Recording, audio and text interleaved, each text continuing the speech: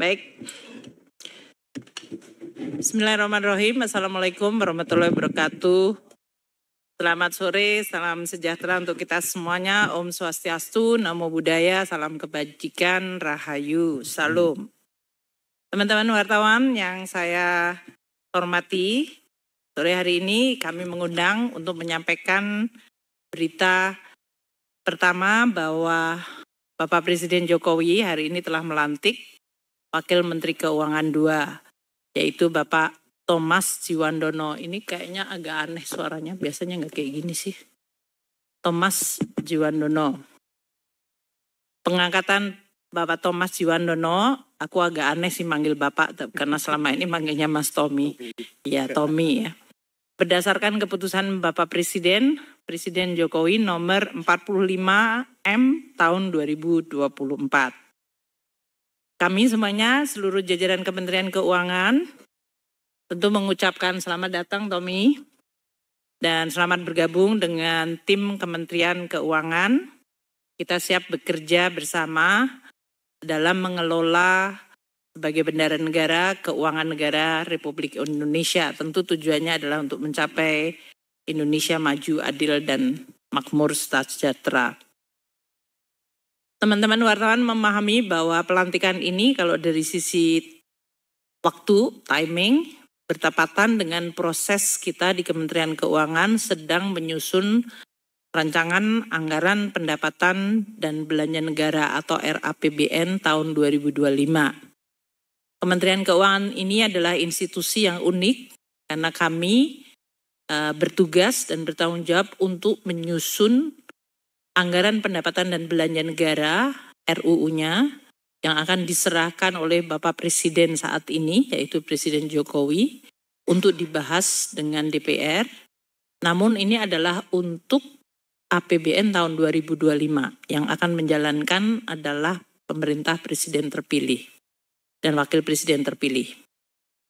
Oleh karena itu, di dalam mengemban tugas tanggung jawab tersebut, kami Kementerian Keuangan memang harus berkoordinasi, berkomunikasi, terus melakukan kolaborasi terutama dengan Presiden terpilih dan timnya yang beliau tunjuk.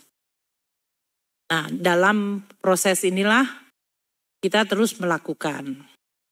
Sementara di dalam proses kami menyusun RAPBN telah dimulai dengan pembahasan pokok-pokok kebijakan fiskal PPKF dan kebijakan ekonomi makro KEM. Jadi KEM PPKF itu telah dibahas dan sudah disimpulkan pembahasan dengan Komisi 11 dan Badan Anggaran. Termasuk di dalamnya pembahasan mengenai asumsi dasar makro yang akan dipakai sebagai landasan perhitungan dan penyusunan RAPBN 2025. Kami terus berkoordinasi dalam proses siklus APBN-nya dalam hal ini, tentu saja membahas, mendiskusikan, dan kemudian mengambil kesimpulan dengan DPR, dan pada saat yang sama berkomunikasi, berkoordinasi dengan tim Presiden terpilih di dalam rangka penyusunan RAPBN 2025 tersebut beserta nota keuangannya. Ini tujuannya adalah agar RAPBN 2025 mencerminkan dan sekaligus sinkron dengan prioritas kebijakan dari Presiden terpilih dan Wakil Presiden terpilih.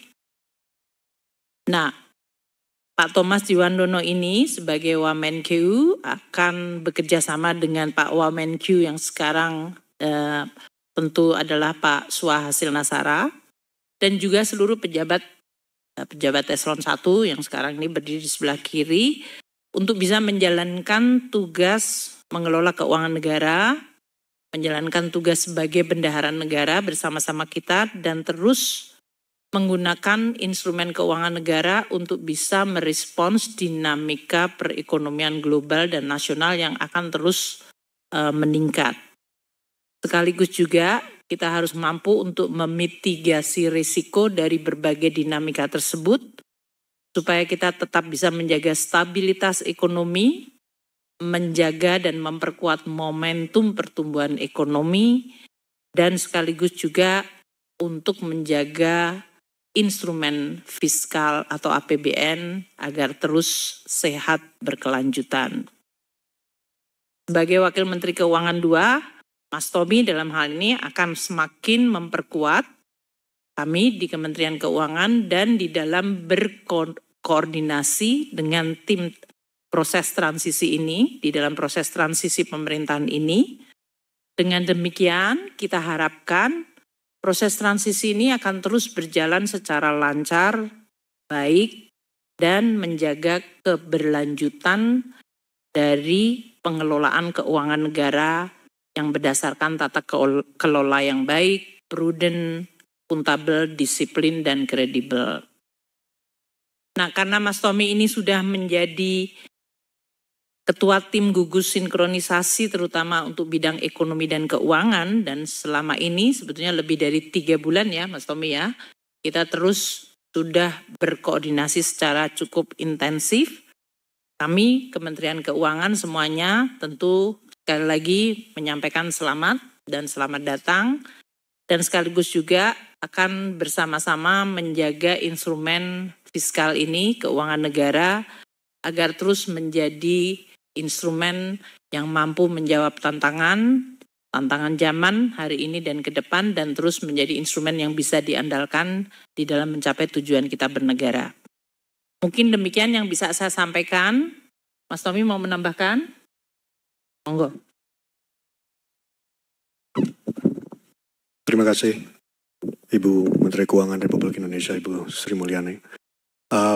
Tentunya saya mengucapkan terima kasih yang sebesar-besarnya kepada Ibu Menkyu, kepada Pak Sua, Wakil Menteri Keuangan, dan tentunya jajaran Kementerian Keuangan, para dirjen yang rasanya udah saling mengenal kita.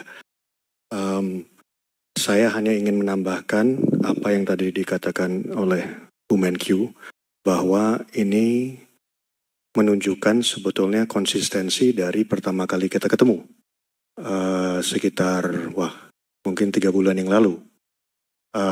Di gedung ini juga, seingat saya di bawah Ibu Menkyu berkenan bertemu dengan tim sinkronisasi, diketuai oleh Pak Dasko waktu itu, Pak Muzani, dan itu sekitar 3 bulan yang lalu. Jadi ini sebetulnya menunjukkan konsistensi tersebut.